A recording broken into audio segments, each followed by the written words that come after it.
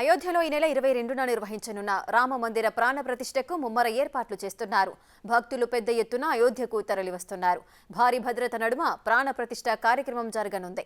ఈ నెల 22న మధ్యాహ్నం 12:20 నుండి మధ్యాహ్నం 1 గంట సమయంలో రామ మందిర ప్రాణ ప్రతిష్ట కార్యక్రమాన్ని నిర్వహించనున్నారు.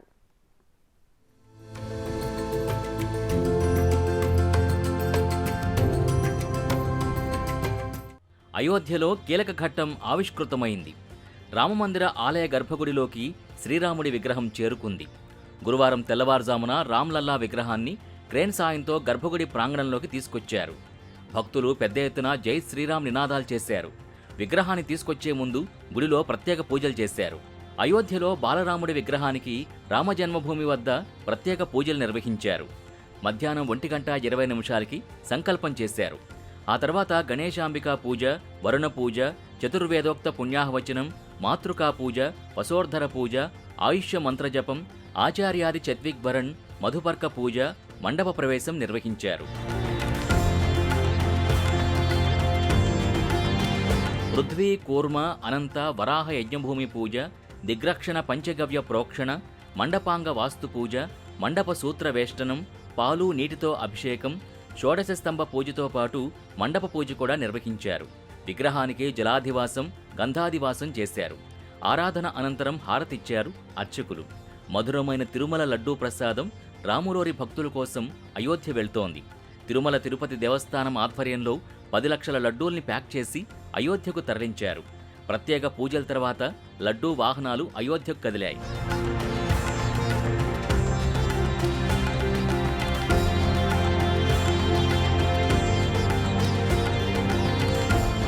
మరోవైపు అయోధ్యలో రామాలయ ప్రాణప్రతిష్ఠ కార్యక్రమానికి పెద్ద ఎత్తున దేశ నలుమూలల నుంచి భక్తులు తరలి వస్తున్నారు. ఈ నేపథ్యంలో అయోధ్యలో గట్టి భద్రతను ఏర్పాటు చేశారు. లతా చౌక్ వద్ద ఏటీఎస్ కమాండో పెట్రోలింగ్ నిర్వహించింది. ఎలాంటి అవాంఛనీయ సంఘటనలు చోటు చేసుకోకుండా పటిష్ట నిఘా ఏర్పాటు చేశారు.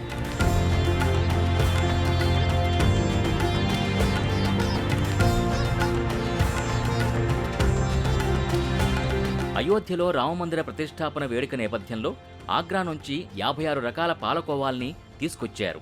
అతి మధురమైన తీపి పదార్థాలుగా పేరుగాంచిన ఈ పాలకోవాల్ని భక్తులకు అందజేయనున్నారు. 56 రకాల పాలకోవాల్ని భక్తుల కోసం ఆగ్రా నుంచి తీసుకురావడం చాలా సంతోషంగా ఉందన్నారు తయారీదారులు.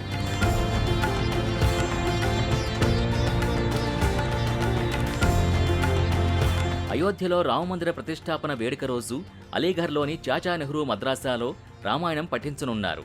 ఈ మేరకు మద్రాసాలో ఏర్పాట్లు చేశారు. రామాయణం పఠనానికి సంబంధించిన ఏర్పాట్లని చాచా నెహ్రూ మద్రాసా ప్రిన్సిపల్ పరిశీలిస్తున్నారు.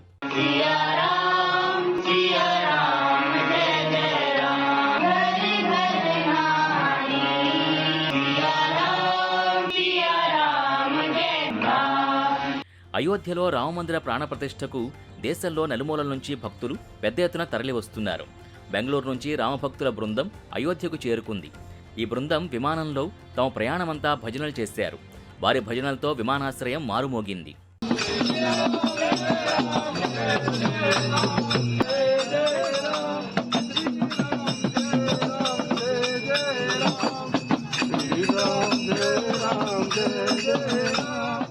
ఈ నెల 22న జరగనున్న రామమందిర ప్రతిష్టాపన వేడుక కోసం భద్రతను పటిష్టం చేశారు. సరయూ నది ఒడ్డున ఆర్తే ఘాట్ వద్ద ఫ్లోటింగ్ పోలీస్ కంట్రోల్ రూమ్ని ఏర్పాటు చేశారు. ఘాట్, దాని పరిసర ప్రాంతాలపై నిఘా ఉంచడానికి వివిధ పెట్రోలింగ్ బృందాలతో కంట్రోల్ రూమ్ సమన్వయం చేస్తుందన్నారు పోలీస్ అధికారి రాజ్ కరణ్ నయ్యర్. ముడుపుల ఉత్సవాలకు, ఆ తర్వాతి రోజుల్లో నగరానికొచ్చే భక్తుల రద్దీని దృష్టిలో ఉంచుకుని ఈ భద్రతా ఏర్పాట్లు చేస్తున్నామన్నారు.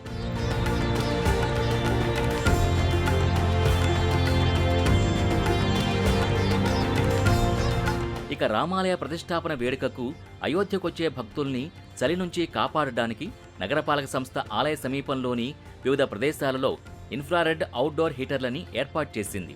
హీటర్ల చుట్టూ గుంపులుగా గుమిగూడిన స్థానికులు కనిపించారు. ఇది ఒకేసారి 10 నుంచి 15 మందికి వేడిని అందించగలదు.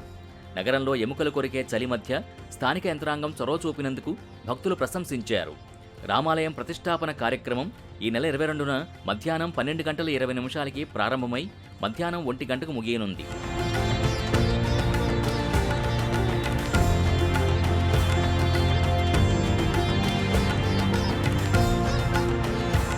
అయోధ్యలో రామమందిర ప్రాణప్రతిష్ఠ నేపథ్యంలో రాముడి జీవితాన్ని భక్తులకు తెలిపేందుకు 500 విగ్రహాల్ని సిద్ధం చేస్తున్నారు. ఈ విగ్రహాలు రాముడి జీవిత చరిత్రను తెలిపే విధంగా తయారు చేస్తున్నారు. రామమందిరం కారిడార్లో ఈ విగ్రహాల్ని ఏర్పాటు చేస్తున్నారు. 500 విగ్రహాల్ని కళాకారులు రాముడి జీవిత చరిత్ర ఆధారంగా తయారు చేస్తున్నారు.